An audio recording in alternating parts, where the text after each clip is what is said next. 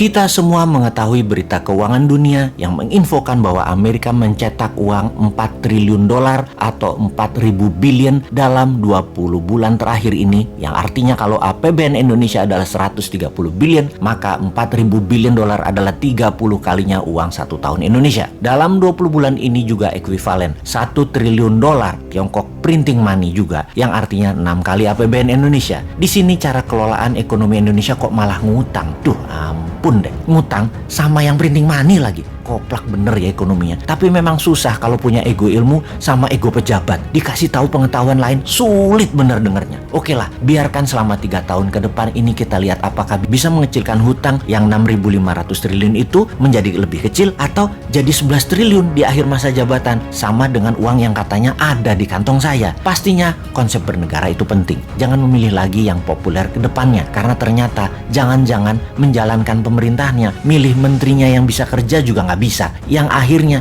dia lagi yang ditunjuk untuk menyelesaikan proyek mercusuarnya. Coba lihat dengan seksama siapa yang bisa bertanding di tahun 2024. Semuanya dirinci. Bisakah membuat rupiah ke 10.000 terhadap dolar? Bisakah membangun tanpa pinjaman IMF dan pinjaman Tiongkok? Bisakah membuat Indonesia menjadi raja ASEAN di tahun 2035? Bisakah mensejajarkan Indonesia dengan Tiongkok dan Amerika di tahun 2045? Apa konsep ekonominya? Apa konsep pertahanan wilayahnya? Pasti nggak ada. Sebutkan 3 gubernur yang populer saat ini di survei terdepan. Mampu nggak dia? Coba tanya incumbent yang saat ini jadi menteri yang beberapanya cukup genit untuk menari di tahun 2024. Sekarang ngapain aja mereka? Lalu di tahun 2024 nanti mereka ngapain? Rasanya sulit membuat Indonesia menjadi superpower kalau mereka-mereka ini yang menjabat. Ini pertanyaan dan pernyataan loh. Tapi mereka harus buktikan dengan konsep-konsep mereka itu. Atau sisi lain, oposisinya. Siapa yang akan menari di tahun 2024 dari oposisi saat ini? Apa konsep luar negerinya? Timnya siapa saja? New Mind setidaknya ada 5 orang yang sudah dijual tampang mereka dikemas dalam promosi workshop. Mau tahu 100 orang lainnya lagi? Perlahan New Mind akan pajang siapa saja mereka dan silakan menilai. Pastinya mereknya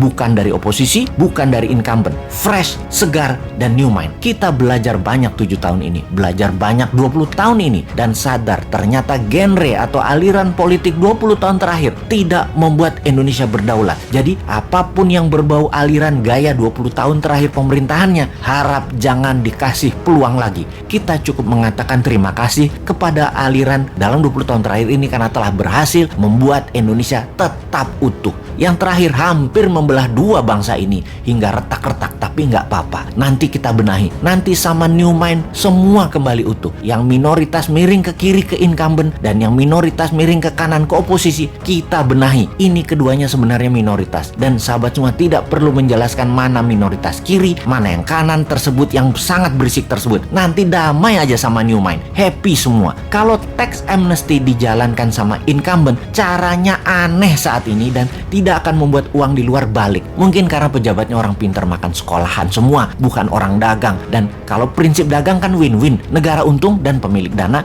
juga untung. Nanti kalau New Mind yang jadi, yang 11.000 triliun itu masuk sendiri tanpa dipaksa, tanpa disuruh-suruh, dan tanpa ditekan. Kalau yang sekarang negara doang yang mau untung. Secara teori di sekolah memang begitu, kuat di konsep dan kuat di kertas. Di prakteknya ditinggal, dilepeh. Nanti New Mind masukkan dolar milik swasta ke tanah air dengan lebih cantik, nggak galak, nggak pakai buzzer, nggak naikkan pajak, nggak ada framing dan kriminalisasi. Kita main cantik, semua happy. Mau tahu caranya? Nanti di 2024 kita praktekkan.